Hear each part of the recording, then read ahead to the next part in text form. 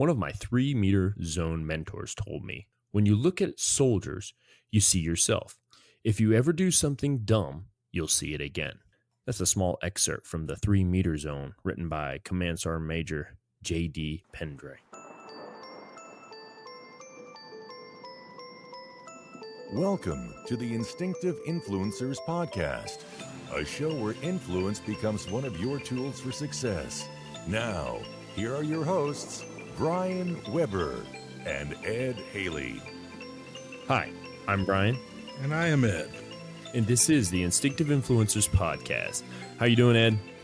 I'm doing good, Brian. Everything's pretty good today. It's a little warm. It's almost the week of summer here in Germany. So my wife has bought several fans, and we got fans all over the house. And the good thing here, though, so one of the great things here is they have Rolodens on the windows.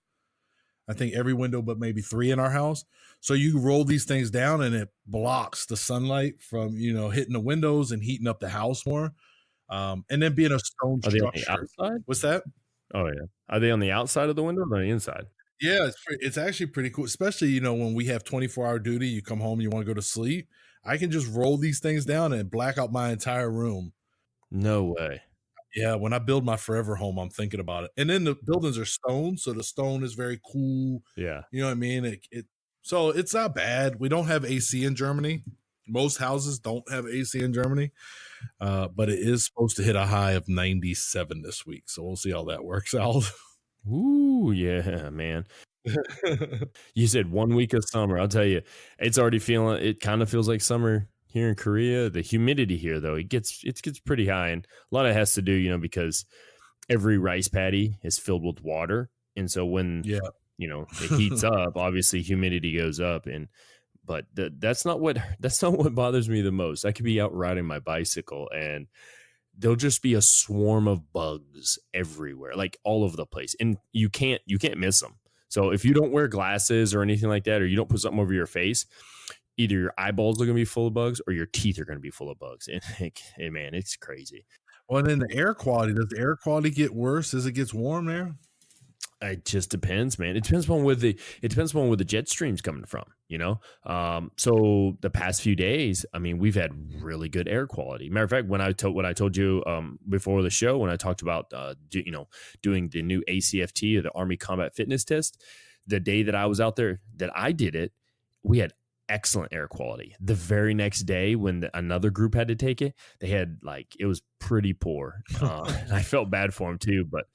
Yeah, there's lots of elements to the environment and all that stuff here. But wow, this particular show, we decided, talking between the two of us, that we're basically going to do a 2-parter here. We're doing it about mentorship and mentors and mentees. But we decided, hey, this is an important topic, especially instinctive influencers and the how, the whole being an influencer basically is kind of like being a mentor in a sense, or even a mentee. So what we decided is, hey, we're going to talk a lot about mentorship and understanding it, and all the elements of it. And then the very next show that people will be able to tune in the following week, it's going to dissect all these elements of what a mentor is in a sense, or what a mentee is. You have any thoughts on this before we actually start diving into it at all? Let me tell you what I find is really ironic about this, Brian, is this week past, our episode that we released was the first of 2 for the Science of Likability, the book, The Science of Likability. And the irony is that book was recommended to me by a mentor. So exactly. There you go. We're going to see these mentors' impacts, and we're recording this 1 week after that impact. So it's interesting to me. It's very ironic. Yeah, it's almost like we should have done these shows before we did that one, and then we could have talked about it. Maybe, who knows? Yeah, I think this. I'm sure it'll come up during the episode. Oh yeah. I definitely think that this particular topic has been an area that we've needed to kind of go over on the show, because it plays a big role in the whole influencer idea and the whole influencer realm. I've asked people, well, what is mentorship? And often the answers are very vague, or they say, well, that's coaching. Well, then what's that? And and you tend to get this, they're in this rut of not understanding what it is. In the way I see it, and I'm pretty sure you might feel the same way, and you can tell me, the way I see it is, if you don't understand it, then you really don't know if it's going on, or you don't have a grasp of it, and you probably aren't doing it. Yeah.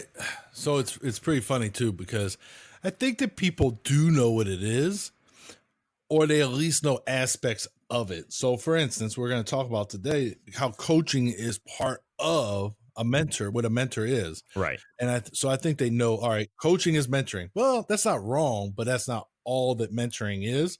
And I think that this episode is going to help us understand all that the mentor is, and what it means. Oh, absolutely. Yeah, definitely. Well, I guess then what we do is we'll just dive right into it, and we're going to talk about what is a mentor, or what is mentorship, and then what is a mentor, and then what is a mentee. And then we'll put the mentor and mentee to the side for a little while until next episode, and we're really going to focus on the mentorship piece. So if I asked you, Ed, what is mentorship, where would you kind of go with that? Well, and I've talked about being a mentor, so I'm kind of ashamed that, I mean, I know what I could read and say, hey, this is what it is. But to be 100% honest with you, here you go. Mm-hmm. A mentorship is a relationship between two people or more. It can be more, Mm-hmm. where you're helping to develop that person. So for us on the military side of the house, right? You take, let's say, Sergeant, we'll call her Sergeant Graham. Sergeant Graham is lower in rank or position than me. As a mentor to her, I want to help her get to where I am. And that's the mentorship piece. Me saying, all right, let me look at this. I look at your evaluations. Okay, we need to focus on you having a bigger impact outside of our organization to beef up your evaluations to get you promoted. Like, that's mentorship to me. So I guess I would say it's a relationship between two people with the goal of helping the junior person reach where the senior person is. But that's not 100% correct. But that's what I would honestly say that I've always believed it to be. Your definition is way better than mine, because all I ever say is it's just helping people get better, become better selves, their better self. Just this morning. No, mine's wordy. Yeah, there you go. No, but I mean, like, just this morning, I was doing a little extra PT. Basically, I took some of soldiers that are struggling on their PT test a little bit, and we went to the gym. And once we got done, I wanted them to know, hey, listen, this isn't to ever make you feel bad about who you are, or what you're capable of. It's just to help you and become a little bit better, just a little bit better, And if it makes you a lot better, then great. But my goal is to make them just a little bit better, and a little bit better will help them achieve the goals that they have of, passing and getting passing scores on, the APFT. And it's done so in a way that it's using all that kind of like different muscles and stuff like that. But those are all the elements within that mentorship, So once again, if somebody said to me, what is mentorship? I would say, it's just people helping other people get better, much like influencers. And I think your example is spot on too, because I'm going to tell you, that's something that I've seen throughout my career. Exactly your example. Yeah. I had a Sergeant First Class Ramirez, and if a soldier in our platoon failed, he would tell them, I go to the gym at 5:30. PT's not till 7 at Fort Drum at that time. I go to the gym at 5:30. If you join me, I will help you to raise your PT score or to pass, because sometimes we'd have people that just were borderline. But he wouldn't be like, you will be there unless you were one of his sergeants. One of his sergeants, he would be like, if your soldier shows up, you better be there too. But he would bring them into the gym, just like you're doing, to help them try to improve themselves.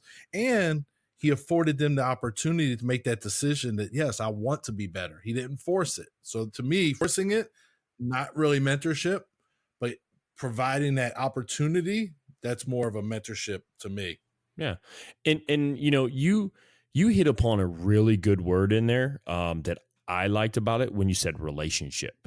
Because really, to be a mentor, it's not just telling somebody how to do something, then they're able to do it. It's not showing somebody how to do something, then they're able to do it. It's not forcing somebody to do something. Oh, yeah, I just mentored them. No, it's building a relationship between two or more people, just like you said, and it's guiding. There's just so many elements to it. and we're going to hit all those elements, but that's a key piece. It's a relationship. And here's something I wanted to ask you and see what your thoughts were about this, because we said it's about a relationship. Well, do you think the climate or the environment that's developed helps build that? I think one thing. So we go all the way back. I think that what you did this morning with those young soldiers is you built some leadership capital. You also showed that they are serving in a culture where the senior leadership cares. So when we fill out our command climate surveys, which basically for the listener, there's surveys of where the unit is and what your thoughts are on certain things. One of the things they ask in there is, it's the whole agree, disagree, strongly agree, whatever. I feel like my senior leadership cares about me. However many soldiers was in there with you today, they're going to absolutely put strongly agree, because that's the culture that you've impacted through that mentorship you did this morning. And to you at the time, you were probably like, it wasn't that big of a deal. You just made an offer, you did what you thought was right. And then it really, in their mind, it's a huge deal. Right. Yeah. Well, and not to make joke of it, but there may be one of them that would not put agree right now. He may or may not have cried this morning. But I wasn't being mean. I was actually being very nice. I think he cried out of not happiness, but just like disappointment. So, so those of you listen, and I'll tell you right now, if any of you listen are a part of the unit that I'm in right now, you will understand and you will see this. I truly believe part of that relationship, and I said that atmosphere, right? When you create that relationship on being a good mentor and developing people, you literally engage pride. You engage pride in someone, and they don't want to let you down. You know what I mean? Like for instance, Ed, when you and I, and we always go to this, you, I, and Rick, we would do things, right? I always wanted to do, when we discuss something and we say, hey, we're going to go with this, I always wanted to be the best product we could, because I almost felt like I didn't want to let down my little team there, the three of us, and if people listen to this and they were back, with us back then, they may not have known that that's how we were. We were like this little trinity of, you can call us the Trinity, but I now I feel special. But what I get at is like that mentorship, within that mentorship, and you build that environment that I said, you engage pride, and pride kind of helps things along. Wouldn't you say? I do, because I've used it, and you can use it like a reverse psychology thing too. Like, so like I said, let's just say one of those soldiers, at least one of them, and I don't know how many even had, but one of those soldiers, when he takes his Army physical fitness 11. test, okay, 11. A couple of those soldiers, when they read through their Army physical fitness test, I feel like they're going to be concerned about letting you down now. Oh, I don't want to let the first sergeant down. I'm going to give my best. I'm going to pass this. I mean, honestly, out of 11, and we've seen a lot of failures come through when we were at the academy together sometimes. I remember one time it was like 16 or something. Oh, yeah, I remember that. But really, out of 11, in all honesty, if you can get 5 of those 11 or 4 of those 11 that pass the next time, to me, that's a win, because I've seen percentages where you retest 11 and you get 1. Mm-hmm. But when you get near that 50% mark, that's a win. But those soldiers are going to be more invested because you were invested, and they're going to think about you giving up some of your gym time and your swole time to try to help them. And they're going to think about that as they're doing it, and they're not going to want to fail you.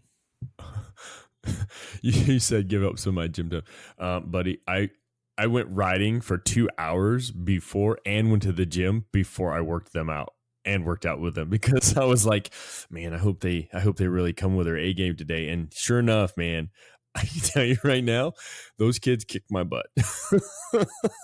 When I got done, I was like, wow, we really got a good workout. You are not 25 years old, so all that other stuff you did before probably played a big impact, and they're kicking your butt. Like we got to. Yeah, you're over 40, man. We got to work on that. Oh, whoa. It's not considered over 40 when you're at 40. Are you considered like I'm over 40 because I'm only a few months away from 40? You turn 40. The next day, you're 40 in a day. That's over. Yeah, I got you. All right, man. But it's funny though. You just discussed it there with the whole they wouldn't want to let me down type thing, and I think that's what's key about the relationship, right? Is you're building something there, and it creates a bond, and that bond, when you build a bond, people don't want to break that unless you do something that makes them real mad at you, and like really really really like you disrespect somebody really bad or something like that, then that bond breaks, right? And there's nothing can be had of that, or you break their values, you go against their values. Think about, well, we can go back to that story. Remember the story, Ed? You've told it before about the young man and the board, and then he went outside and he actually was cussing. Remember that one? I do remember. Actually, I just saw that young man was online asking some questions. But yes, I do remember. Yeah. Yeah. And so when I think of that, see, that's another case of it. That was that kid's pride. And the bond was broken between him and that other person who was supposed to be their leader. But I think it increased your bonds. You know what I mean? Yeah. I do, because I mean, and then even on my side, so my side is the mentor, right? He reacted like that, and I know that's way out of character for him. So to see that he had that much care for making me look bad, that increased my pride in the product, which is him. And then it just gave me a different sense of belonging in that relationship, because it's like, wow, he really does care, and he appreciates what I'm trying to help him with. Mm-hmm. But what that did is that, as earlier, it increased that relationship or built that relationship more. And what it has done is opened up a pathway too for more building, and your ability to be able to mentor and his ability to be a mentee, or even vice versa, where he could be mentoring you on something that he is really knowledgeable on, and you learning from him, because mentorship doesn't have to be one way. It can be two different directions. Those are just the examples that I can think of that really, they resonate with me as, the mentorship thing. And it falls back on two or more people building a relationship. And a relationship is it's a finicky little thing. How you build it depends on the person. Some people are very open. Some people, they're very closed, and they don't want to let you in that inner circle. I was just listening to an episode that we put out some time ago, and you were talking, Ed, about you have a small circle, and that I was fortunate enough to be in there, and I thought to myself, yes, I'm in that circle, But what that did is that opened up the relationship, and it's allowed for even more mentorship, that togetherness. Before I get into these areas and we actually start discussing them, is there anything else you have about mentorship you want to mention? So a couple of things that I've always found as a leader to be the most crucial for us, and everybody's opinion is going to be different. I've always thought networking and the ability to network was crucial for the success of a leader, right? Because sometimes we're going to need something that's outside of our scope, that I need to be able to have somebody I can be like, you know what, Brian, let's just say, and I know that's not what the episode's about, but like real quick, I'm trying to identify an aircraft part to turn it in, right, for credit through the military supply system. Well, I'm not an aviator, and I'm like, I have no idea what this is. Brian. So I can call Brian and say, hey, can you take a look at this for me? And then you take a look and go, oh, that's a widget. Got it. So that's why I always thought networking, and then mentorship, because one thing I remember you saying often, and I've heard it before, but I just remember you said it quite a bit, was leave the organization better than you found it. And you said it in different words or whatever over time, but that's something you frequently said. And I think mentorship, as we're going to learn, is crucial to that, because when, let's say I'm the instructor of all the instructors, right? That's what I was doing when we were working together at the academy. Well, when I leave, somebody has to fill that seat. So he was senior to me, but when we brought in a firm to replace me, I had to mentor Firm, who was senior to me, right? Mm-hmm. And then leave. Now he's there and he's doing a good job. And from a distance, from a far distance, I can see it and be like, that's the impact of mentorship. I left that organization in capable hands. Firm has different ideas than me. He develops them. He works with the Bearded Ninja, and it's a better organization. Same thing for Sarah. So I think what mentorship does is I build those people who are going to replace me, and it's in the Army, right? So the guy you talked about earlier with the board, he's a staff sergeant now. I'm going to retire. That's going to free up positions. Those staff sergeants are going to move into these positions, and that's what mentorship does, is get them ready to leave the Army better than I found it way back in 1991. Oh, somebody's old. Yeah, but and if you think about it, there's a formal relationship there. There could be an informal one. It doesn't matter, like it could be something where it's actually like stuff's just written down and it's kept track of mentorship wise, or it could be something where it's just something talked about and occasionally there's a chit chat about it, or maybe a message is sent back and forth.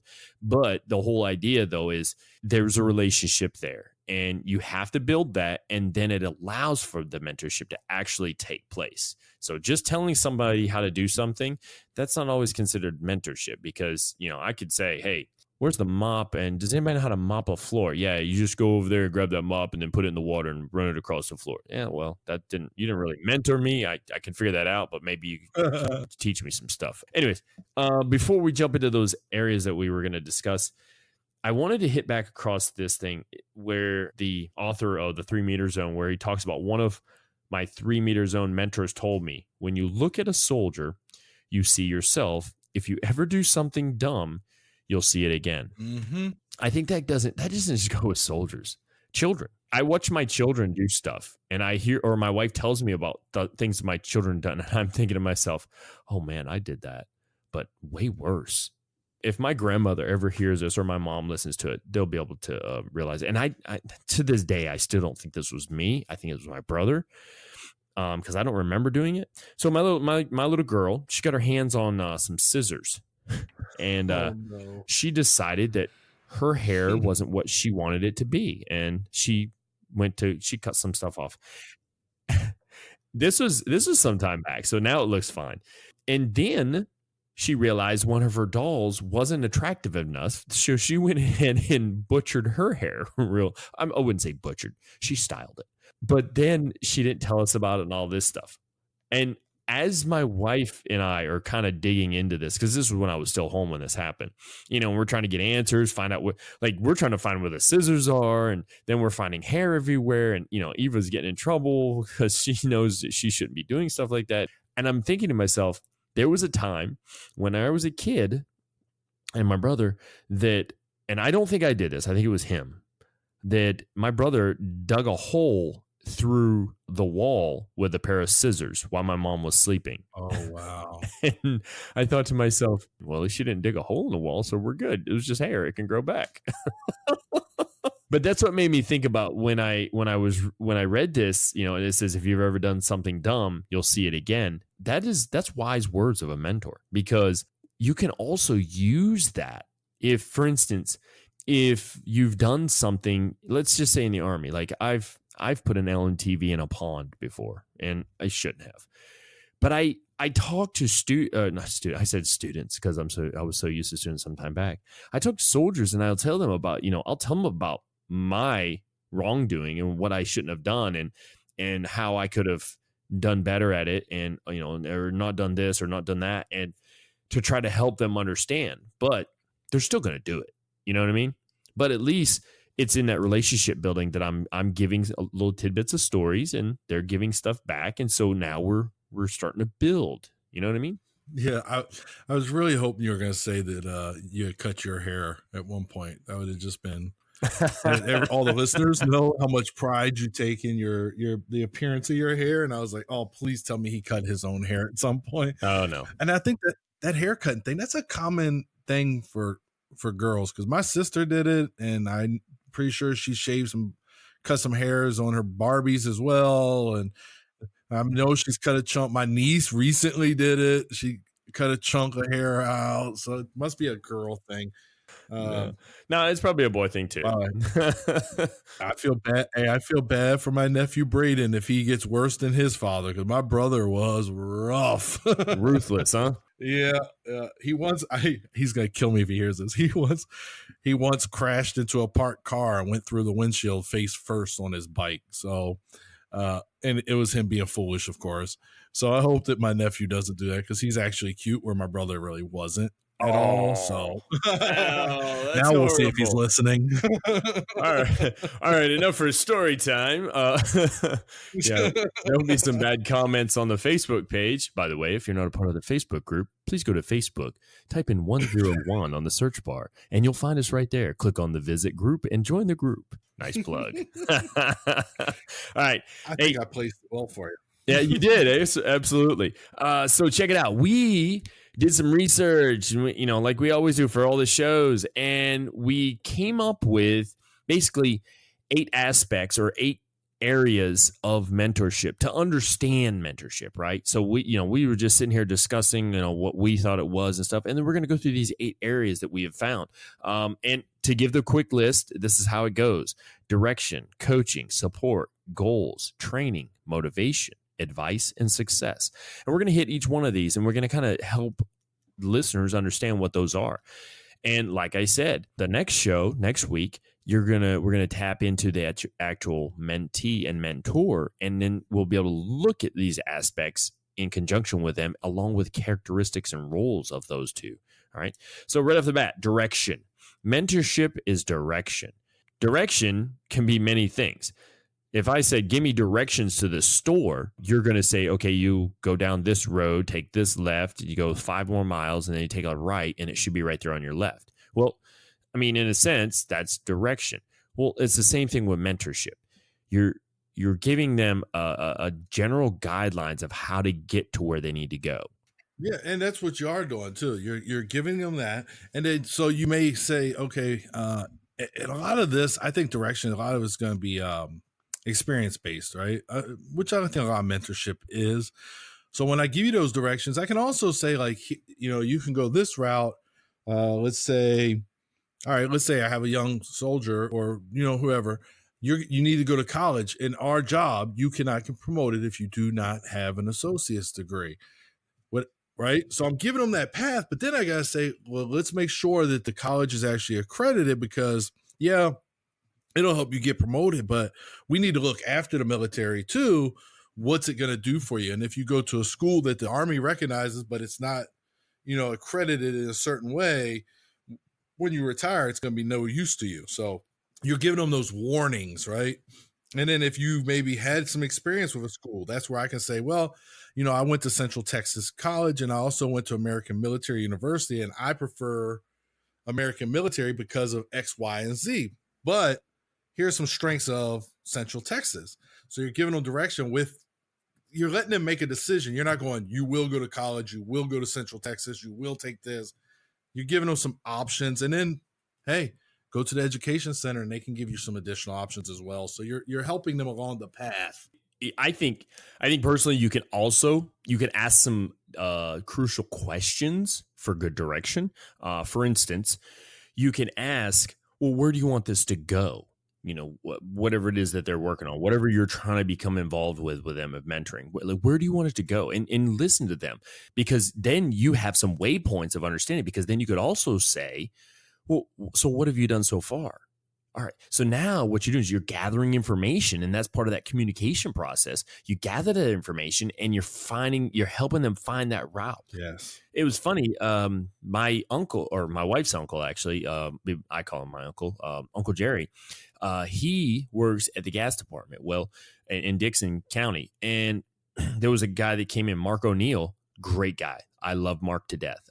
He came into the organization, and one of the things that he wanted to know right off the bat when he showed up was, all right, so those of you in leadership positions, what type of formal leadership training have you had? And not a lot was said, because many of them didn't have formal leadership training. So part of that direction was to get them enrolled in some type of leadership training. And that's what he did. He got them involved in that so he could help mentor them.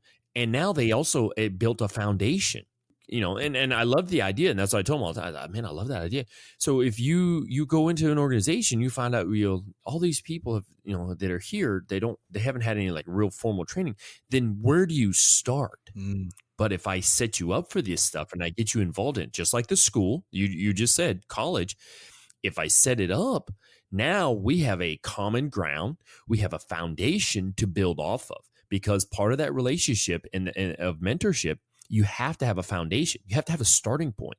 If you don't have that starting point, or you're not, then what are you building from? You can't build just out of, it's not like poof, it's there. You actually have to build, a foundation. It's just like building a house.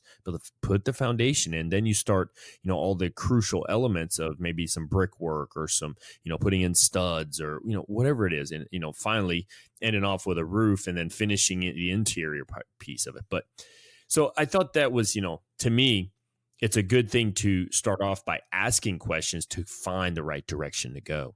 Yeah, I agree with you, Brian. So you use the word foundation. So what I don't want the listeners to think, these things aren't, as we go through them, this isn't like, this is step 1, this is step 2. So that direction, right? Oh yeah. You may be at the organization, 2-3 months, but you're getting to know these people, right? You're not going to walk in one day. I'm not going to walk in and go, hey, I'm your mentor, or, so you got to get to know them. And as we've discussed earlier in many instances, I love leadership capital. That's one of the things, is getting that buy-in from them, because now when we have these discussions, I can be like, oh, so, I mean, if you're going to go to college, Central Texas College does have a very good, sociology program. And I know you're kind of interested in that aspect of life. So maybe you should really, even though I enjoy AMU, maybe Central Texas is more of a fit for you. And I'm only using those 2 schools because those are the 2 I went to, at Pierce College or something. Anyway, but I just want the listeners to realize, like, we say foundation, and we do have to have a sturdy foundation, but it may take some time. This mentorship is not something that just happens as soon as I show up at the organization. And I would tell you, so one of my warnings, and I learned this obviously through the military because that's all I really know, is sometimes you'll mentor somebody and then they'll do something off the rails, really ridiculous, get in trouble, for us, let's say a DUI or something like that. And you feel like you've been betrayed because now I was mentoring them and look what they did. But you can't let it be a personal thing to you when they make poor decisions, right? Like sometimes people just make poor decisions. Mm-hmm. Sometimes you're going to think you're this great mentor and they just don't want it. So we have to recognize those signs too. But that direction piece is, if I had to say a foundation, it probably is very close to that foundation, because we can't do any of the other stuff as mentors if we don't know where we're going. And that's it, knowing where you're going. And you were absolutely correct when you said that, Ed, that all these elements we're talking about, it's not like it's step 1, step 2, step 3. It's always happening all the time, and you just have to be able to be paying attention to be able to do the right thing at the right time. And sometimes you don't even have to be paying attention. It's just happened to be it feels natural to bring this up, or talk about whatever it is that's going on. I would definitely say also, when we think about direction, so I wanted to bring up this little statistic I found. It kind of sheds a little bit of light on how important mentorship can be. Basically, mentorship is prolific amongst leading businesses, with an American Society of Training and Development study revealing that 71% of Fortune 500 companies have a form of formal corporate mentorship. The same study found that 75% of executives credit their mentors with helping them to achieve their leadership position. They're giving credit back, because somebody helped give them the direction that they needed. You think about that. I mean, that's 75% and 71%. That's a lot. Like that's massive. It makes me wonder, the other, 29%, the other 25%, like how successful are they compared to the 75 and 71? You know what I mean? You know me, I like stats. So you really grab my attention with 71 and 75%. So, I'm going to be 100% honest with you, Brian. I didn't know that businesses had formal mentorships until we started researching this show. I didn't know it was a thing. I didn't know it was that big. How about that? I knew of mentorship programs, especially in what they refer to as the C-suites, which is basically the It's, it's like your CEO, CFO, whatever, COO, CCO, whatever, all those different, they call that the C suites. I knew many organizations in that level have a mentorship program because that's the executive level. I think that in itself is something to look into. And I remember also in one of my, when I was doing my bachelor's, one of my classes, it talked about building training. It was, I want to say it was training and development was the class. And I thought in a way it was meshed up. It very much matched how the Army does training and development. And within it, it talked about, it was a small section, talked about corporate mentorship.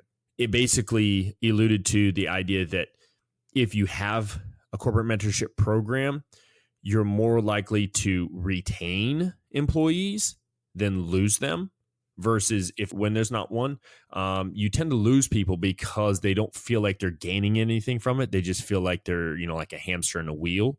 Yeah, I think I read that somewhere too during the research, but yeah, I just thought it was interesting. And then, so if you read kind of the same basis we're using for this episode, it also says, so Google, who we all know what Google is, 8,300 formal mentors globally. The other thing I didn't know, because obviously I didn't know about mentorship and corporate mentorship. The other thing that was interesting to me is they actually assign mentors. So, in the military, we don't really, we kind of do, but we really don't do assigned mentors. So that was interesting for me as somebody who's been a career soldier, is that some organizations actually say, hey, this is your mentor, Brian. Good luck. And the funny thing is because we've both talked about others that have been in our pathway. They've either been in both of our pathway or separate pathways. You've talked about your old first sergeant, now sergeant major. I've talked about my old first sergeant, who's now sergeant major. We've both talked about John Rogers. We've both talked about Rick. And none of those people were designated as our mentors. No one said at any point, oh, yep, this is your designated mentor, and they're going to teach you how to be everything you need to be, blah, blah, blah, blah. Instead, it was the relationship building, the understanding, the sometimes disagreeing, because you can disagree with your mentors. You don't have to agree with everything. It was just all these different things we're going to go into this list of things, but there was never anything formal there. Was there something formal with you with any of them? No. Other than, okay, yeah, Rick probably counseled you. But hey. So Rick really, he got me through the instructor course, but he was more of a mentor after. He was the stuff he was doing for me was a job, but as far as develop me as a facilitator, but then those conversations sometimes would turn to something else, and maybe raising children, or so that's outside of his scope for his job. Now we're talking about, so he went from formal mentorship, and in the conversation we went to more of an informal mentorship. So that's interesting too. Yeah, I'm glad you mentioned the bearded ninja. Oh yeah, and then the other one. So if you think about when we were at the academy, we were assigned a mentor when we first went to be facilitators, and so that's formal. But the platoon I went to, like, I pulled from Jason and I pulled from Cortez, and not just my assigned mentor. So really, I had a formal mentor, but then I had two informal mentors that helped me to develop as a facilitator at that job. So sometimes that happens too. Maybe maybe you're in a team in an organization, and this is your corporate mentor, your official mentor, but your formal mentor, but you're going to pull from everybody. Like, that's the only time I'll tell you it's okay.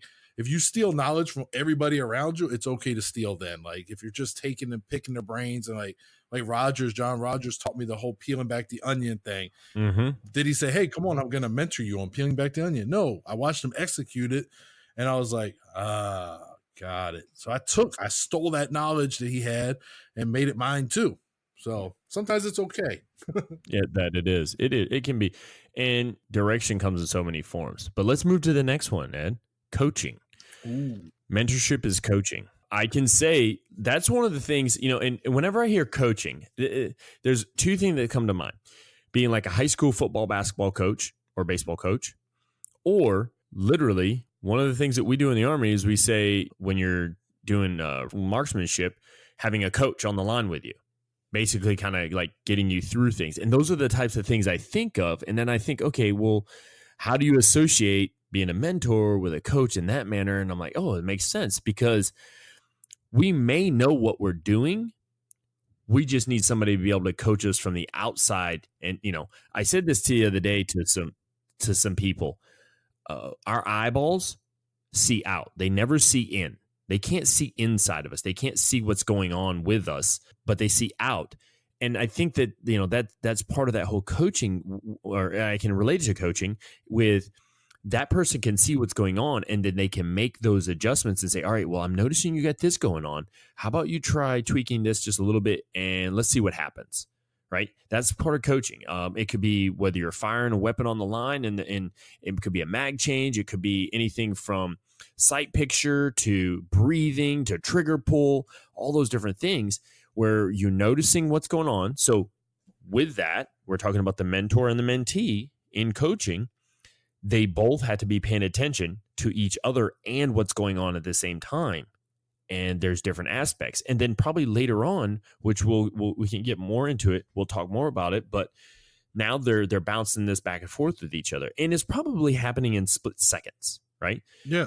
You've talked about it multiple times about vision and visioning the basketball hoop going through the hoop when you play basketball, right? Absolutely.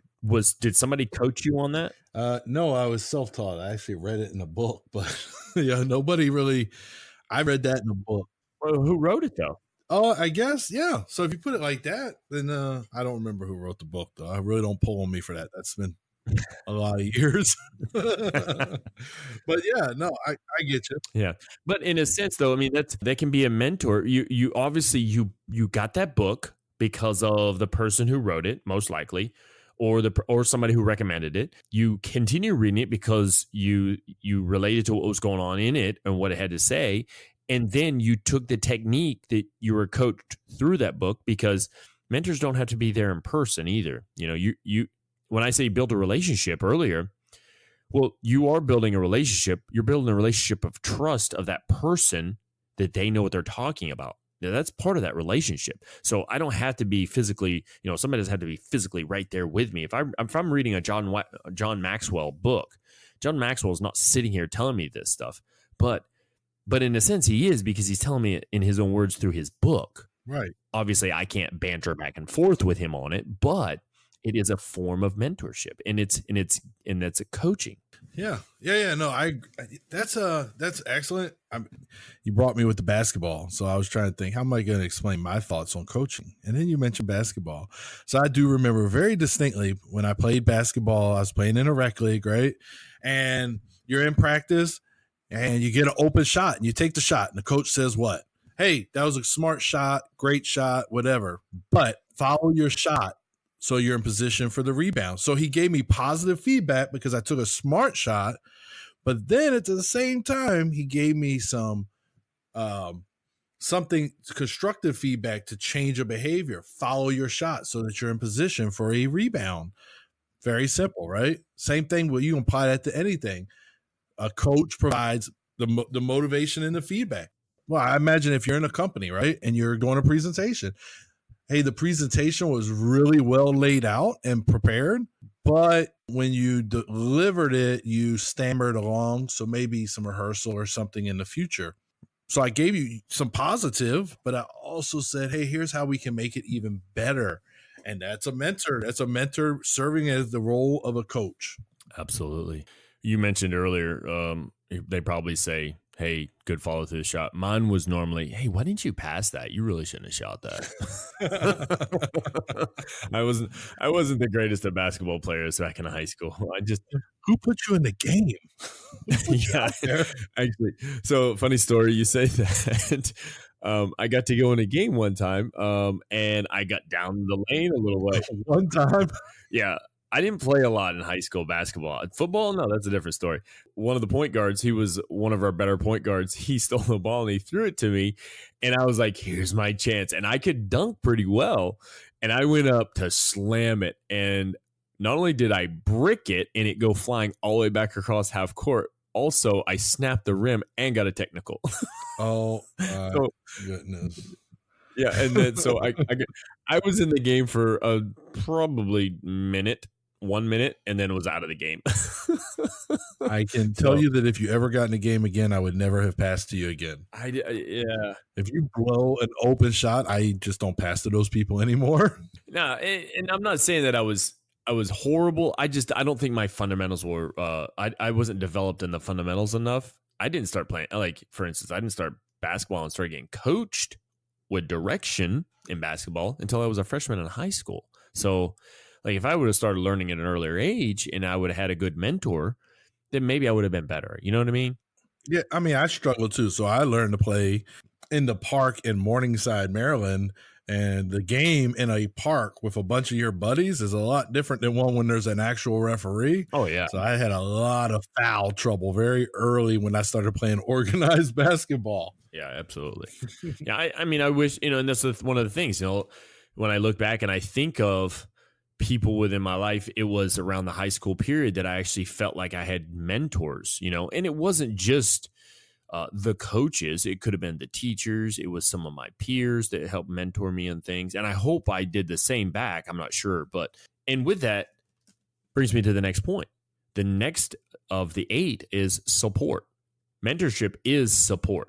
And it's support of that person and what's going on and what they're supposed to be doing and what you're mentoring them in, or as a mentee, what you're receiving from the mentor. It's that support back and forth. We talked about the relationship and building trust, right? Let me even jump back into the reading of a book. If I read a Simon Sinek book or I read a John Maxwell book, it's supporting my ideas and understanding, right? Their information. They're able to continue to give you that support through these mass messages that they send out. I mean, all the time, like whenever I see on LinkedIn or even on Facebook, Simon Sinek, he'll put these messages. I have on my whiteboard behind my desk. I literally have one of Simon Sinek's sayings, and it's been up there for about 3 or 4 weeks now. And I've yet to have somebody ask me anything about that. They always look at it because I always look at their eyes because they look up, because it's just one of those. Yeah, I'll look over and I'll see them. They'll be looking up, and I know they're reading it.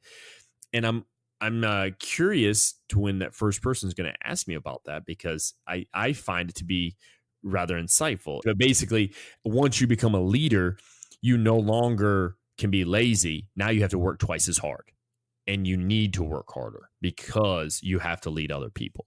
Right. So that's what that means to me. And so when I see it every day, I'm thinking to myself, and this is support of Simon Sinek, because he's put this on a somewhere, and I pulled it off. I wrote it down and I put it up on there because that, to me, that's a support, because I find him to be a mentor. He's not a personal mentor, but he's a mentor. It helps support my fundamental ideas of what a leader should be within the organization. So when you think of mentorship as support, what are your thoughts, Ed? Reach back capabilities. What's that mean? So you said recently, I believe, on the episode that you still interact with the bearded ninja. He comes up a lot, but you talked about. I just talked to him the other day. You see, so when you talk to him and you tell him, hey, this is going on, that's going on, and he may make some suggestions. Right. So that sounds like some kind of mentorship. And he's also providing you some support from afar. So distance mentorship is still mentorship. The young man we talked about with the board, he's in Hawaii now, but before he left North Carolina, hey, can you look at my evaluations? Or I have this situation going on with my evaluations. And then I provide some guidance to him. That's what I think of when I think of support. He has that reach back capability when he gets to a point where he's like, I'm not sure what to do here. Well, think about it. The whole reason for the 2 shows previous to this, you mentioned it earlier. We were given that, and then I was through you, given that book to read. And to me, that reach back capabilities along with the support, because his recommendation was, oh, you should really check this out. And it wasn't like, hey, read this now, or if you haven't read this, you're garbage, or, anything like that. It was, you should really check this out. And you became enticed because he's already built the leadership capital that you talked about. And that's a supporting factor. And you felt supported and you were like, yeah, maybe I should. And then you did it. Yeah. And do you remember why I even was talking to him at that point? I do not. Why don't you tell us? Because he was reviewing my promotion board file to give me some feedback on what I needed to fix or what looked good, what didn't look good. And I want you to keep in mind that I haven't seen him since 2011. And so when we talk about the inner circle, like I don't speak to him every month or anything, but here and there, one of us will message the other. But that's that support. And then when you talk about mentorship being two ways, well, when he took the position that he's moving into now, he asked me for some feedback, and I reached out to you and some other people from the academy and got him some feedback on that job. So I gave him some reverse mentorship. It's just phenomenal how you look at you can look at it in so many ways. And I'll say it once, I'll say it 1,000 times. That person doesn't have to be personally in your life that you talk to get all this. So it can be somebody that's either physically there, or that you actually have conversations with, or people that you're just learning from that you don't absolutely know. I think there's different levels, right? And I think we'll talk a little bit more about the actual mentor tomorrow and those different levels of types of mentors, right? But let's go into. You mean next week? Oh, that's right, because we're recording it tomorrow, but it'll be next week. Oh. A next little area that we were going to discuss in this 8, because we already went with direction, coaching, and support. The very next one is goals. All right. The next one we're talking about, that doesn't mean that's the next thing in line, but goals. So mentorship is goals. Setting goals we've talked about that multiple times on this show, and how setting goals, whether it be building the vision, or about communication, or having good values, or any of those different things. Setting goals can be done in multiple aspects. It could be somebody like, for instance, Ed, you brought up to try to get promoted, or you would not have done your records and review with a mentor, right? And that person is helping you in those goals. So they're helping solidify those goals. Now, let me ask you this, though. Were they part of the development of that goal to get promoted? No, because I've been promoted a couple of times since I worked with them. So yes, at one point to get a promotion, but this far along, really not as much. Okay. Oh, hold on. Now let's think about this. You said not as much, but when you think about who that person was, right, during your time, was that person, that particular sergeant major, he was a first sergeant when he first started mentoring you? Yes. Yep. Okay. Now, do you think you would like to emulate that type of first sergeant that he was? I can see that. Yeah. Okay. So then he actually helped set that goal long before. And you're just kind of, you formulated who you are and your leadership style off of multiple people. So they actually informally helped you build onto that goal. I mean, that's how I see it, though. Yeah, I mean, that's probably, yeah, I can see that with him too. So with him, one of his things was to take a moment and breathe. Sometimes in my office, sometimes in his office. He'd take a moment and just kind of breathe before he got into a situation that, he knew was going to be tough or something like that. And I do try to do that myself. So yeah, I could. And then his genuine, one of the things I always liked about him is he had a genuine care for the soldiers, whether everybody agreed with that or not. He still had a genuine care for the soldiers. So one of the big things, and I don't think I ever even mentioned it, is he put people in for awards that in the Army, there's no, hey, you have to be this rank to get an award, but there's an unspoken kind of, that's what happens. Yeah. And he put people in for awards that was well above the norm for their rank and grade. And then he stood by it and fought, hey, there's no regulation that says they can't get it because they're only a sergeant E5. And so that kind of care, genuine, like, no, I'm not, this is my values. This is what I believe in, standing up for it. That would absolutely be who I want to be as a first sergeant. I don't want to be a yes man. It's just like, yes, Roger, we'll do that. Yes. Like if it's smart, yes. If it doesn't make sense, then I want to be that guy that's like, well, it doesn't really make sense. What about this? When I think about it too, though, with goals within mentorship, they can both be actively like within, it can be actively involved together, the mentor and the mentees, or it could be inactively. When I say inactive, I mean like as in like I'm drawing from what I've seen and I want to build that, what I was saying earlier. But the active one is very crucial too. And it's talking about those goals. Like, for instance, you mentioned about wanting to, if we're helping, let's say we're just helping another soldier in their career to go to school. Well, you just talked about, giving them direction, and getting them direction towards school. But then now, once that started, it's not just like, okay, well, here you go. You don't just end it there. You continue on, because now it talks about, okay, well, what's the first class you have to take? You probably have to take this type of class because it's an introductory, and all that stuff. And then you may want to go this way, and then, or even goals of, well, if you really thought about, you're going to do all these general studies, what the major is going to be. And so you're helping them guide those goals that's what a mentor does. And a mentee on the opposite side is also, they're in reception mode. They're receiving this information. They're using deductive reasoning to kind of help them go the direction they need to through the coaching and the support of the mentor. So mentorship can be both active and inactive coaching through goals. Yeah. And, and some of it can be like for informal, it could be a matter of, all right, so this soldier just gets promoted, or, I keep going to military because it's what I know. And I really apologize for that, but you should never have to. And the soldier just gets promoted, right? And you say, oh, so what are you doing to get promoted to the next rank? Well, I'm gonna start going to school. Oh, okay. When you already been to education center, these are the discussions you can have. No, but I'm gonna go this week. All right. And back in my mind, I'm thinking about that. Then next week I say, hey, what you find out at the education center? So he set a goal without me saying, hey, this is a goal. And I'm following up on that goal informally by saying, hey, what you find out? Oh, I think I'm gonna do a general studies. Oh, well, have you tried to think what you're interested in to do something other than general studies?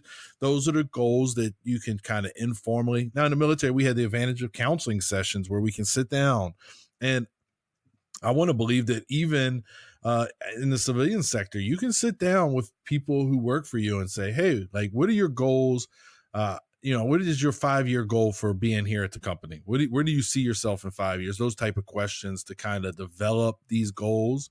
I think the most important thing with goals, though, is they're not my goals as the mentor. They're your goals as the mentee that we come up with together, because that gets that buy-in from you as the mentee that this is my goal. If I tell you, you need to go see the education center and you need to have it done by Friday, and next Friday I want you to be able to tell me what you think you want to study, you're going to probably blow it off a little bit. There's not that buy-in. You're going to feel forced. So maybe you're not going to put forth your best effort at achieving those things. But if we agree together, then the buy-in and the magic happens. Okay, so I'm going to read a little sentence here, and it's actually from a John Maxwell book that I have. And you can interchange leaders with mentees, okay? But I'm going to read it like it's written. Find the one thing that you believe is the potential leader's greatest asset, and then give 100% encouragement in that area. I think that's part of that goals right there, because I could change that and say potential mentee's greatest asset, right? And you just talked about school, and if I tell you to do it, am I really creating some ownership in that? No, probably not. No. You're not going to own it. You're not going to want it. Like, if it's your idea, you're probably going to want it more. And now what I'm going to do is I'm going to give 100% encouragement in that area. Let's say it's, I don't know. I want to start a guinea pig farm. Is that I don't know what the business in guinea pigs are, so I don't know if it's a good idea or not. I mean, maybe it's a lucrative business. I don't know, but you still kind of if that's where their heart's at, hey, give them their support. Now, if obviously you do your research as a mentor within this mentorship program, and you do your research and realize, hey, the guinea pig market's kind of a dying market. It's not like the gerbil market, which is getting way better. You may want to help them change their direction. Or the rabbits. Rabbits are really taking off. Guinea pigs are, dying out. I'm just, and I'm just using it as kind of like an example of, help them build those goals, and if that's their goal, then you have to encourage them in that. But let's move on. Let's move on to the next element. The next element within this is training. Training comes in so many forms. It could be formal training, informal training. It could be group training, individual training. It could be online. It could be in person. There's so much about training that it's like, where do you start? Well, I truly believe that training comes once you've built that relationship and you understand what the mentorship needs to be. Like, for instance, I asked earlier, where are we going and what have you already accomplished? If I start training you, Ed, on how to do counseling statements, because that's what we know in the Army, Right. and I just start from the beginning, would you think I've wasted my time if I'm just going to teach you, like right now, at this point in your career, would you think I've wasted my time if I tried to teach you first what a counseling statement, like the form is, and then going all the way through all the elements of it? So, like at my level, do you think that would? Yeah. Like right now, Is that what you're asking? yep, it are two levels. If Oh, I was to teach you about counseling, to mentor you on counseling and doing, and counseling others, and I started at the counseling statement and I taught you about the actual document and then each element of the document, and I tried to teach you on it. Would you think that's a waste of time? absolutely. I absolutely would. Now, you may have something interesting in there, but overall, I would say yeah, because you may teach me something, right? Because we can still learn. Lifelong learning is still a thing for us, even as seniors. But Right. the bulk of the time. So if you spent the hour teaching me that, you might get me one or two things, but the rest of that hour is just wasted space. And I'm probably going to space out and may not even catch those one or two things. Absolutely.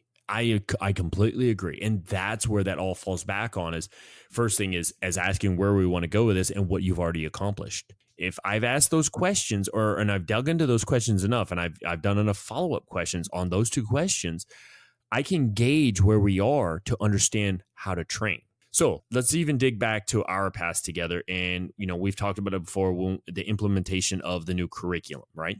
Ooh, With yeah. that, that's a big thing because we had to develop training for our NCOs that worked for us there. But we didn't start from the beginning. We actually took what they already knew and we built on that. And then each time we just added a little bit more onto it. Wouldn't you? I mean, do you think is the right area about training or would you go a different direction? No, I thought it was really, in fact, that whole program, the way we laid it out, and I say we, but I mean, really you, No, I didn't do it.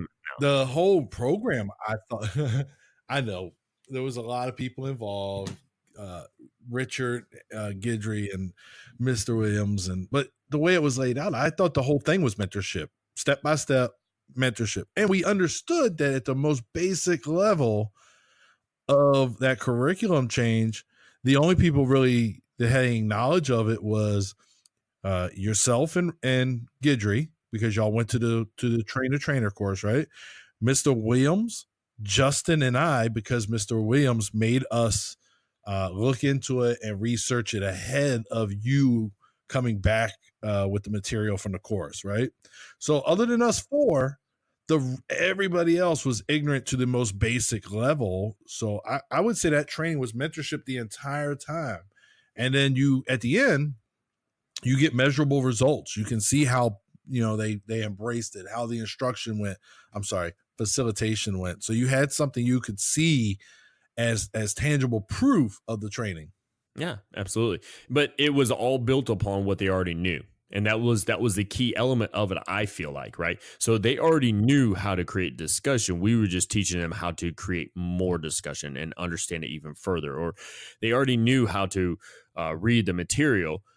We just went into a little bit more in depth into how to elaborate on the material through the student instead of them just talking all the time and so on and so forth. Yes. But with the training, there's the element of understanding where you need to go, but also knowing the individual. and that falls back on what I talked about earlier with, and you did also, about building a relationship, creating pride in that person. So if you understand that person and you know that person a little bit more, or there's an understanding there, the training is going to be more accepted. There's going to be more ownership, as we spoke earlier too about. Just like whether it's in person and I personally know that person, or if it's through a book or a website that they've published, or a video that they do, that training, it helps to build off of that relationship.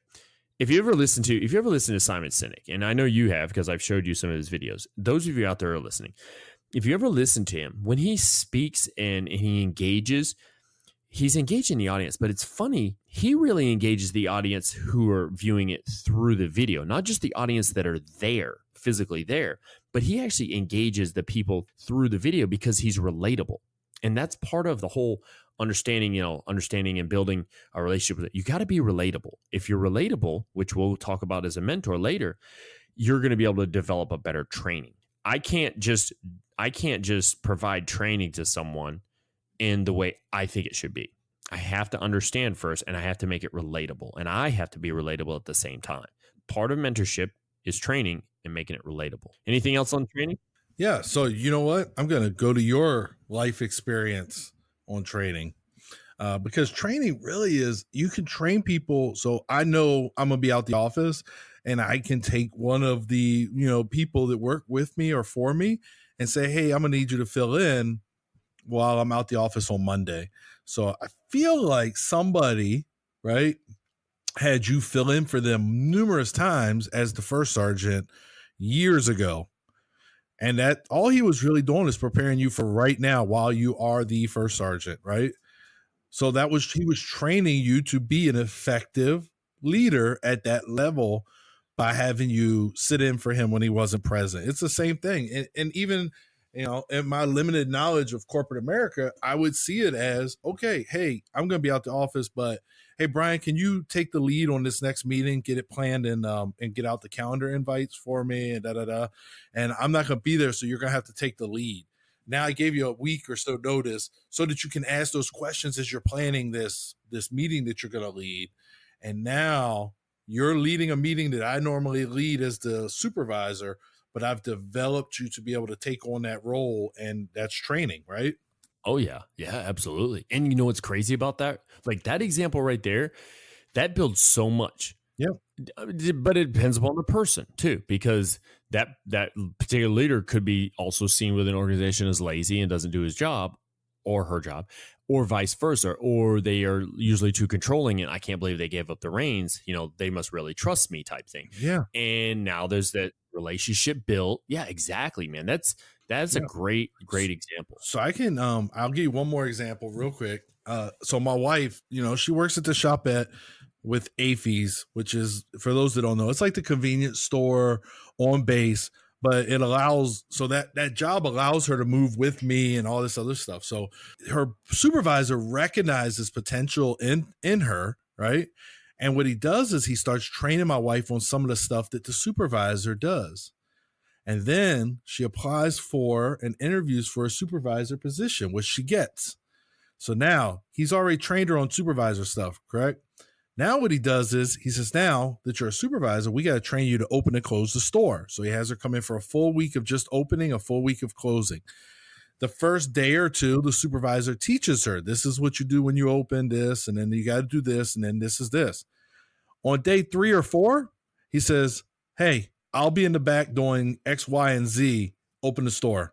And what he does is he's really giving her a safety net, but he's making her open the store to show that she learned the training that he had been giving her.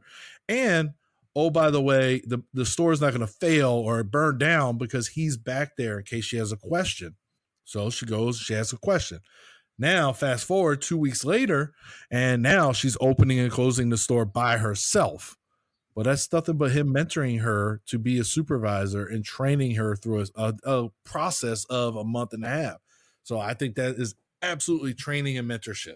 Oh, yeah. And it's funny. I love what you had to say there, too, with he's in the back and he's kind of the safety net. he's also able to gauge if if he's truly engaged into the job, which I don't know him, so I can't say anything for him. But as my brain's working right now, is if he's truly engaged in the job, if she's approaching him about certain things, now one, he can see areas that he possibly has missed as the mentor in the training. So now he knows how to develop that even more. And he's creating almost like a mental continuity. Those of you listen, one of the things that we often talk about within our organizations is it's called a continuity book. Some of them are actually written out. Some of them are just kind of like a verbatim, and you just keep passing it on, and it's kind of like the message changes a little bit. Some of them are they're found in online somewhere or whatever. But a continuity book is, I could probably say that's probably one of the best elements or the best things that I've ever been taught in the Army, because it literally helps you not make the same mistakes. And I'm not saying making mistakes is a bad thing, but if you continuously make the same mistake, well, we got a problem here, but continuity, that's a huge part of that. And I think that that kind of helps him also see maybe where her weaknesses could be if she had to ask. And I don't know if they did. Maybe she had to come back and ask them. Maybe it was more like she knew, but her confidence was a little off at the time. So now as a mentor, I have to start building confidence, right? That's more like I have to, hey, I trust you. Hey, I got your back here. I know you can do it. Yeah. Words, positive affirmation is a massive piece in being a mentor also when it talks about support and training. So also coaching. Remember we talked about, hey, great shot, but follow your rebound. Yep. Hey, you did a good job opening the store, but the coffee machine, you never loaded up the coffee machine. So it's nothing but hot water. That little bit of feedback, we got to make sure. Yeah, absolutely. So yeah, we go back. So you can see now what we're showing the listeners is that these can interact together. That's why I said there's no step 1, step 2, step 3, because part of training, he's going to be coaching her especially when he's doing the follow-up to see how the training, what the training produced. So, and he is a retired Master Sergeant, so he does have some military tendencies. I guarantee there's a continuity book around that place. Oh, somewhere. There's a binder somewhere in there with a ton of PowerPoint and Excel spreadsheets and Word documents that explain everything, guaranteed. Yeah, and so this is really funny about him and mentorship. So he was the same military occupation specialty as I am, right? Mm-hmm. He mentored the guy that mentored me on how to run a motor pool effectively in our job, our MOS, I mean. So the guy he mentored, he met in Germany. He mentored him in Baumholder, Germany. That guy went to Fort Hood, Texas when I was there, and I knew him from the early 90s when we were a different MOS together. And that guy mentored me on how to run a motor pool based off what he had learned from this guy who now is my wife's boss. That's just awesome. I think that builds a little bit on top of the very next element we're about to get into, in a sense. Oh, what we got? It's motivation. Ooh. Motivation. Because in a thing, you think about it. Let's just look at this. Let's look at this whole story, right? For instance, that guy mentored your mentor, and then your wife can see the success you've had with her support, obviously. But that built a trust in him probably just a little bit if once you guys figured it out, and she's able to be motivated by that individual as a mentee. Now, on the opposite side, him knowing what needs to be done because he's had experience allows him the understanding of how to motivate someone in a positive manner.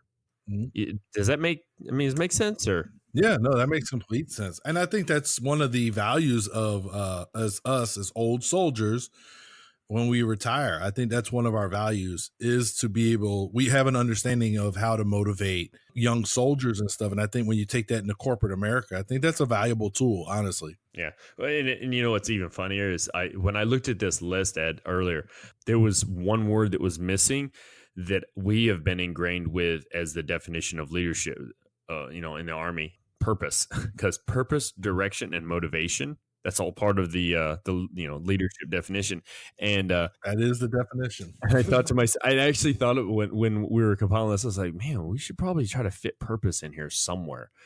But then again, I thought, well, I think purpose is the whole overall thing. The whole purpose is to be able to do all is mentorship itself. To be a good, to have good mentorship, that's the purpose. I mean, you can slide mentorship into several of them too, like goals or direction. Like, why am I going that way? Like, here's your purpose for. So I think the purpose statement could fit in several places. So yeah, I agree with you. It kind of fits in all over in mentorship. Absolutely. And if we tap into the motivation a little bit more, those of you in the audience, and you probably can relate to this. Usually the people that are listening are those who are already on, that have a great understanding of it. But if you don't, that's okay, because we're going to, kind of go into it. But understanding motivation is a key aspect, right? I don't buy a Simon Sinek book just to buy it. I buy it because I'm motivated to understand what he's saying. All right. I don't try to learn from Rick Williams just because, that's just what I'm supposed to do. No, I'm motivated to listen to and talk to and to communicate with him because of, what he has. I'm also motivated in my own personal goals, my own personal life, the elements that I want to help build me in my life along with my family. So there are different things that motivate people. Some people are motivated by money. Some people are motivated by success or what's considered to be success. Some people are motivated for recognition. Some people are motivated by gifts. I think that can fall into the 5 love languages almost too, because there are certain things that different people need out of a relationship. Although there's all the 5 areas, but some people need one more than the other. I think that directly correlates to motivation. Words of praise. Some people are motivated by words of praise, but you don't know who he is always. You just have to figure that part out. What do you have to say about motivation, Ed? Yeah. So I'm trying to think, I think motivation is very important to both the mentor and the mentee too, because as a mentor, I need to be motivated that I want to help this person. And maybe they picked you. Maybe, they're like, hey, can you I would really appreciate if you would mentor me on X, Y, and Z, on planning this big conference or whatever. And you're like, great.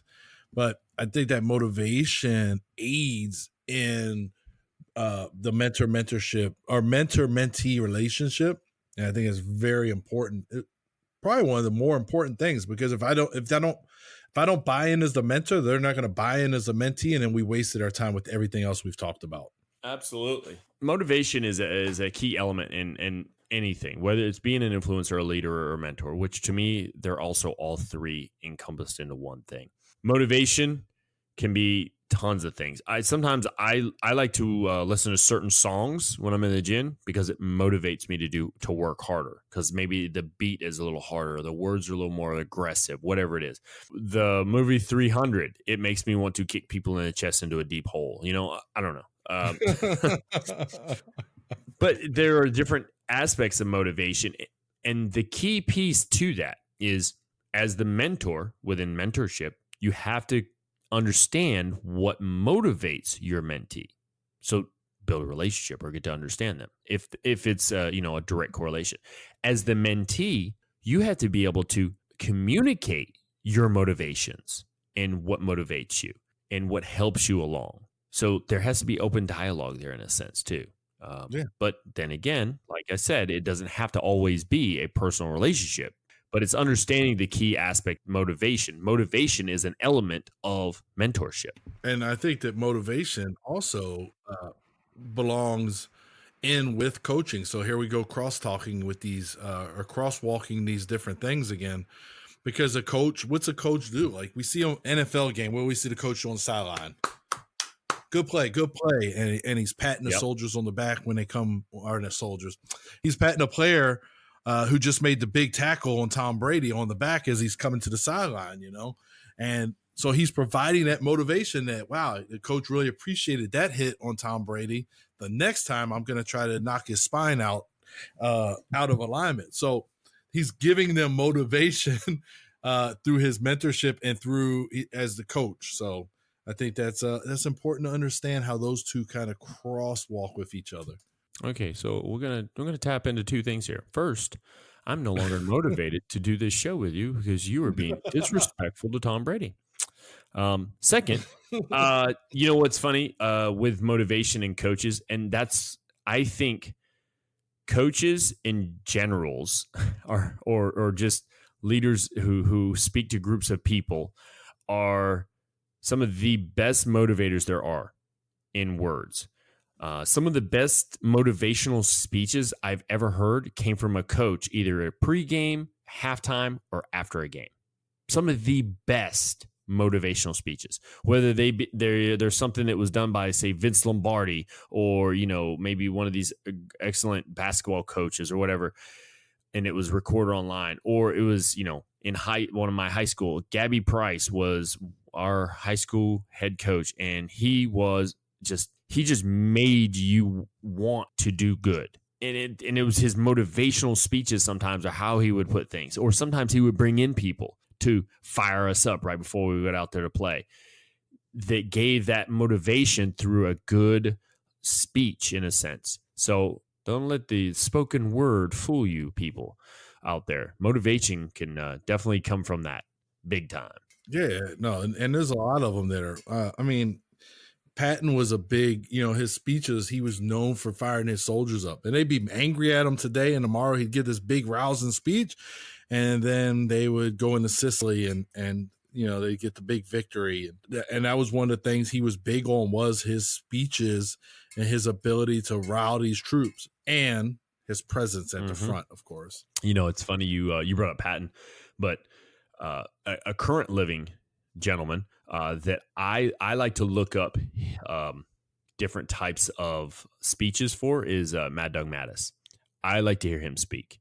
He is just eloquent in his words, and he fires me up when he talks. I just don't know, something about him. He just gets me going, man.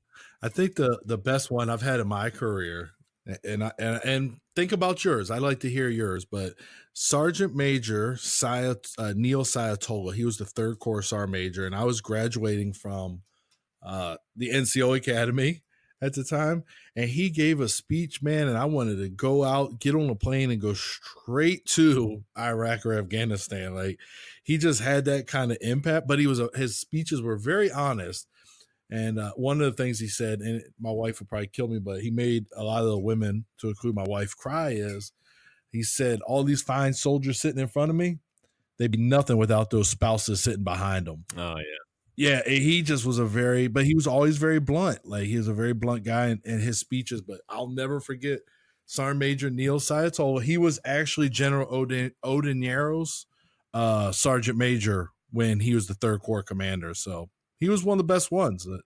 Who's one that really sticks out for you as far as a motivation kind of speaker? Like in person?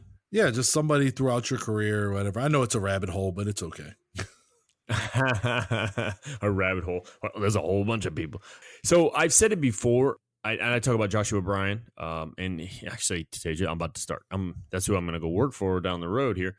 I'm still motivated by him. I think it's because the personality he has and the relationship that I've built, and it's not that we don't hang out.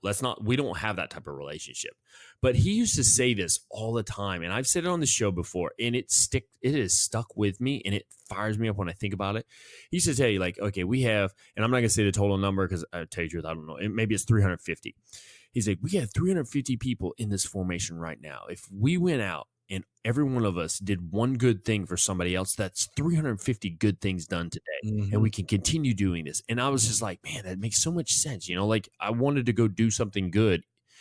And I would hope that all the people to the left of me and the right of me want to do the same thing. And that just, I don't know, that creates a better place, not only for me and my compadres there, but also my children and my children's children, that type of thing. Like, the positivity, you know what I mean? Like, that fires me up to know that somebody wants to do something good in this world. Now, hey, if we got to send rounds down range, hey, got it. I understand that part too. But, if we can do something to help someone else out, or just doing something good in general, and being a good steward and have stewardship of whatever it is we're doing, man, that's, to me, that's just awesome right there.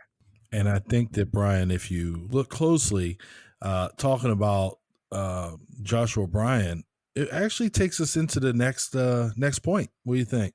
Oh yeah, definitely. Yeah, Yeah. most certainly. Advice. Advice is another element that we found in mentorship. Mentorship is advice.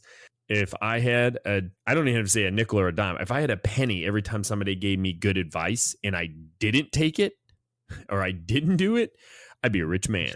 I can tell you that right now. I think with advice, the one thing I always, I think it shouldn't be unsolicited advice. I don't want you to just be like, you should do this and you should do that. Unproductive advice, I think, can be very dangerous to a mentor mentee relationship. Yes. So that's the one kind of caution, like red flag for me on advice. But yeah, I think advice is very important though. And that right there, to me, understanding the right time to offer it. You're absolutely correct. When it's just somebody forcing it, it doesn't feel right. You almost got to want somebody has to want to receive advice for you to be able to give it. And that comes to me, that really comes down to, I have a problem and I'm seeking a solution because I can't come up with a solution. Now I've tried, but I just can't come up with something. And I go to someone and I say, hey, listen, here's my problem. This is what's going on. I thought about this, and this, but I don't, that's not going to quite work. What do you recommend? And they give you their advice. That's what they're doing. Now they may say, "Well, do this, and this, and it'll work." Yeah, I got you. But it's when they're like, "Oh, I mean, I've tried this before, and this may work." Or have you thought about doing this, and this? That's advice. That's where growth happens. That's where a bond happens too. Because first thing is, I came to you seeking your advice because I trusted you, because we've built a relationship, like I said. Or let's go back to the whole, I don't know you, Simon Sinek or John Maxwell, but I've gone to your websites, your books, seeking the advice because I want to become better through your mentorship. That's kind of inadvertently a mentorship. Advice is a finicky thing, man. It really is. Sometimes people think they're giving advice and they're really not. And then there's other times they're giving advice and they don't realize it and people are grasping onto it. You know what I mean? Yeah. And I think the other thing that, and I read it somewhere preparing for this show, is with advice, I think the first step before I want to give advice is I want to try to get the mentee to think about it first. And maybe try to come up with some creative ways to inspire the mentee to come up with their own solution first. You know what I mean? Like some critical and creative thinking to start before I would interject my advice. And even for me personally, I think even before I interjected my advice, or when I do, I think I'm going to interject hopefully multiple courses of action. So, all right, you can handle that problem this way.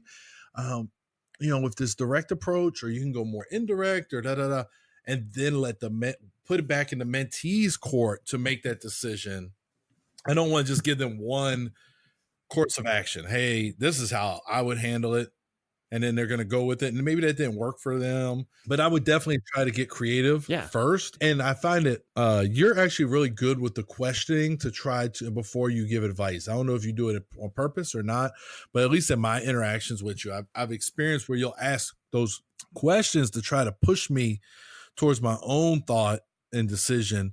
And then you'll be like, yeah, that sounds like a good plan. So, and then if all else fails, then you'll interject. Well, and like I said, I've experienced that with you in particular. Well, thank you. When you say that, when questioning for advice, right? And that is a key element to advice, is the proper questioning. When questioning for advice, there's two different things going on there that I feel like I'm doing when I do it. All right. And other people could do different things. So this is from me to you or to anybody that's listening kind of thing. We're questioning. I'm trying to understand, one, what's going on. And at the same time, I'm gauging your knowledge on it. And it could be something I've dealt with or not dealt with. And that's why I say I'm trying to figure out, what is this? What's going on? And then your knowledge on it, because obviously you're going to be, if I'm asking you certain questions, you're providing me answers. And now I'm building my own little mind map of where we are and where we're going on this. One of the typical questions I like to ask, and I do that here, is what's the end state? a lot of times I feel like, and I don't know if you've ever noticed this, Ed, I feel like people don't really know what the end state's supposed to be. They're just working a problem to get through the problem, but they don't really like know the true end state. You know what I'm saying? Yeah, I think that's actually a problem with decision making. So when you're working through some kind of issue or problem, where do I want to be at the end of this? And they'll just start throwing stuff at the problem, throwing ideas and advice at the problem without understanding. You got to understand your end state of finding a solution for where do I want to get with this first. Absolutely. Yeah, absolutely. Yeah. It all comes down to if you really don't know the end state or where you're trying to go with it, then is the advice really advice, or is it just nonsense that's being taught or being talked about? So yeah, advice is it's definitely one of those things though, that if you don't use it properly, it's just wasted. It's wasted time, wasted breath, wasted communication, just in any manner. So, and then again, in my case, like if I seek advice from a website or somebody who I feel is credible in a certain topic, sometimes I've run into where I've gone, I looked through a book for a certain answer to my question. Basically, I'm seeking that advice for my question and I don't find that answer. And I'm like, wow, I just wasted a bunch of time. I guess that wasn't the right, area to find it in. It's one of those type of things. I mean, that's happened too before. With advice, hey, it's just that too. Take it with a grain of salt, because not all advice is meant to be used. It's just another form of communicating and also looking at a problem differently, because you don't always have to take somebody's advice. You can ask for it, but you don't have to take it. Now, if you do ask for it, I mean, usually whoever's giving the advice is probably going to expect you to kind of go the direction that whatever they're giving you. But then again, hey, it's advice, right? But with that, we have one final area. This particular one, though, so we talked about the other 7 elements. This particular element, I think I feel like it sums up the mentorship with a certain goal. I think this is what would be considered the end state of their final step most of the time in a recurring, evolving, ongoing, all the time mentorship. And that's success. Yes. Success, that's the end state. People define success in different ways. Well, to me, when it comes to mentorship, success is achieving what you set out to achieve. Earlier, when I said my definition of mentorship is helping others to become their better them, if I look at that person in the beginning and then I see them at the end, are they better? Then it was a success. That's how I see it. Yeah, I think so. I think that for me, again, military wise, so we talk about that young man in the board. To me, the success of that mentorship is right now when from a distance, I watched him get promoted to sergeant. I watched him get promoted now to staff sergeant. I watched him complete airborne school. And now, he's preparing for sergeant first class. So that's success to me as he moves each time. I think that helping develop him very young, and I had him very young. Those are measures of success. So even in an organization, outside, when we talked about having somebody else lead that meeting, right? And then Brian comes up to me afterwards and he says, hey, the boss, he wants to see you. And I go in there and my boss says, hey, Brian led that meeting and he did an exceptional job. It was really a good meeting. Boom. That's mentorship success. Now, I want to take that back to Brian because I think it's important for me as the mentor to share that success with the mentee because that's our win streak, right? And then now maybe Brian does more meetings and we'd start developing something else and the whole cycle just kind of starts over. So yeah, that's success to me is seeing the end state. My end state was to get Brian prepared to take my job in the company, starting with taking lead on this meeting or conference or whatever. And the boss recognized that he did an awesome job at it. Yeah. And you know what, Ed? I also could say that success isn't always positive either. I think there's also a negative element to success. And let me explain that. Failing forward. Mm-hmm. John Maxwell, and I've referenced John Maxwell a couple times here already today, but he has a book called Failing Forward. My point is about failing and moving forward, failing and then achieving something from those failures or learning from those failures. I think if I'm mentoring someone and they attempt to do the things that I'm coaching them through, that I'm supporting them on, through the direction that we had kind of decided on, that they've been trained on, and they're trying to reach these goals, and I'm continuing to motivate them and give them advice, and they still failed the task, but they learned from it, that's a success because they learned something. Lifelong learning. That's what you say all the time, right? Yes, lifelong learning. Exactly. So failing can also be a form of success in mentorship. Yeah, and what came to mind for me is success can also. So it's not really failing, but for me. So let's go back to my Brian scenario. He led the meeting. He did awesome, and Brian just got promoted, and he's out of my department. That hurt me. I mentored him. I got him where I wanted him to go, and he got moved.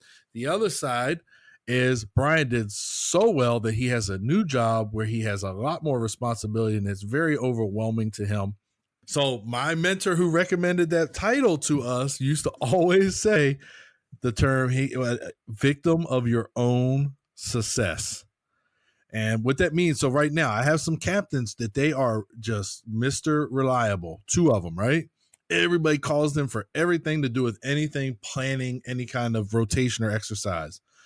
And they both have use or lose leave, which basically to those listeners that aren't military is you have so much leave you're allowed to carry forward. And if you're over that at the end of our fiscal year, you just lose it. You don't get credit for it. It goes away. Well, the reason they have so much leave is because they're so engaged in everything that they can't find that opportunity to take 2 or 3 weeks of leave, So that's a victim of your own success. You're doing great, but at the same time, you're also a victim of that. It's funny. You use that term. I heard that from a guy one time, and he didn't realize that he was being removed from a position because he was so really bad at it, like really bad at it. And he told the group, the platoon, because he was a platoon sergeant at the time.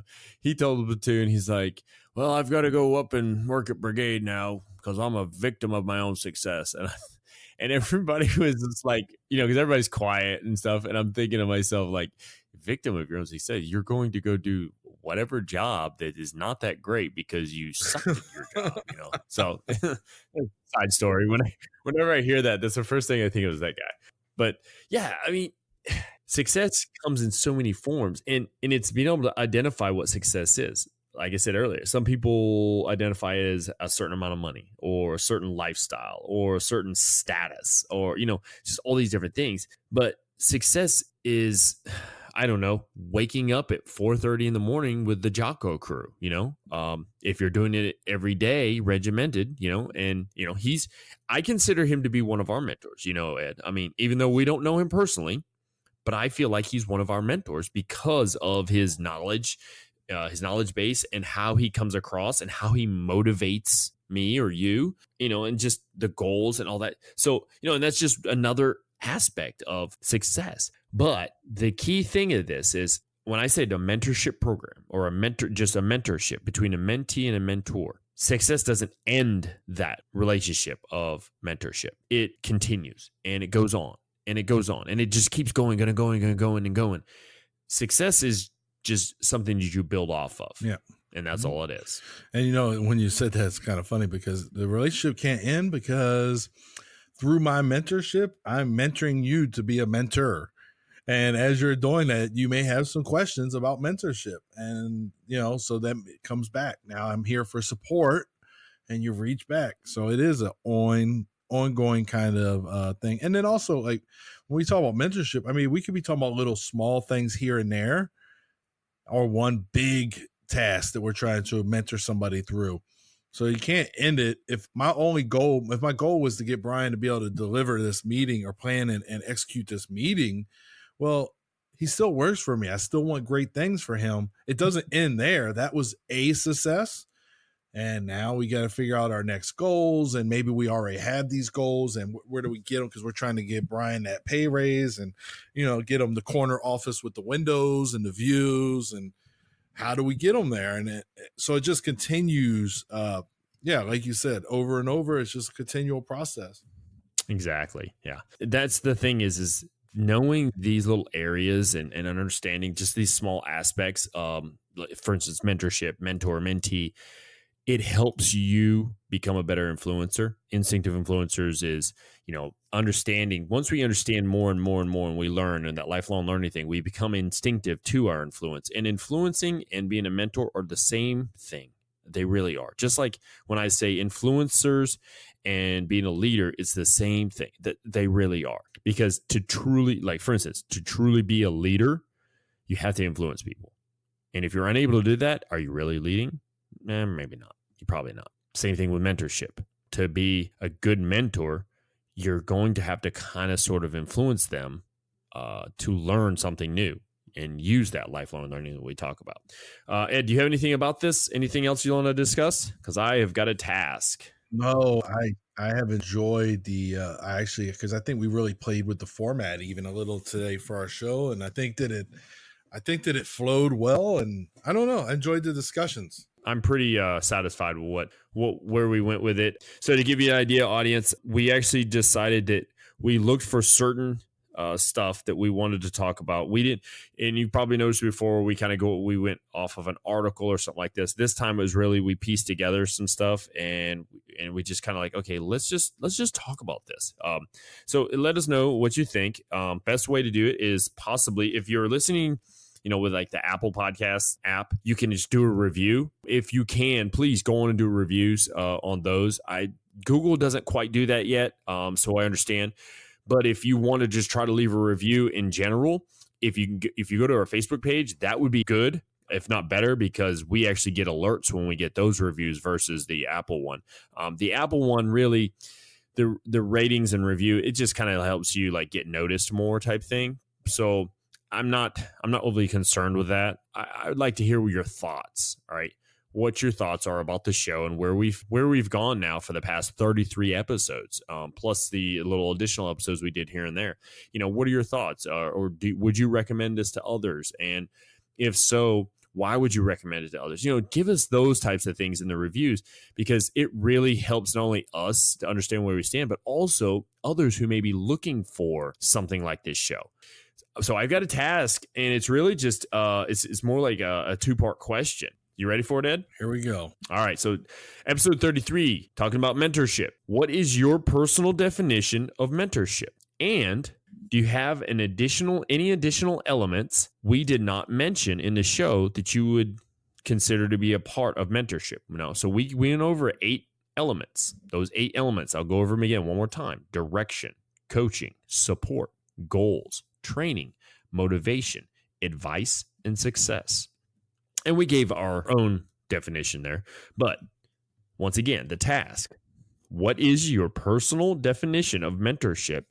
And do you have additional elements we did not mention in the show today? With that, Ed, got anything else for the listeners? No, just continue to support us because we greatly appreciate it. Yep. And there's places they could go to do that, couldn't they? To show their support to us? Yeah. Yeah. Well, I mean, they've got... Where can they go? Oh, go ahead. No, I was just laughing. Yeah, so they can show their support. We're on Instagram, LinkedIn, Facebook, and they can go to those areas and show support, and they could download the podcast so we can get all these states, provinces, countries. We're trying to download in the world. All right, maybe not the world, but trying to get every country. We're trying to get as much as we can, and we do appreciate the support. Yeah, and support even happens when you share with somebody else too, because then that somebody else probably will support and whatnot. Check them all out. Remember, if you go to the search bar in any of those little areas, just type in 101 Influence, and then we should be the one that pops up for you. We also have the website, www.instinctiveinfluencers.com. We're going to try to update that a little bit more as we go. If you have advice for us, please throw it out there. We are more than welcome. We love all the advice that we've received from people already. With that, we're going to go ahead and end it today. I am Brian. And I am Ed. And this has been the Instinctive Influencers podcast. We thank you so much for listening. Have a great day.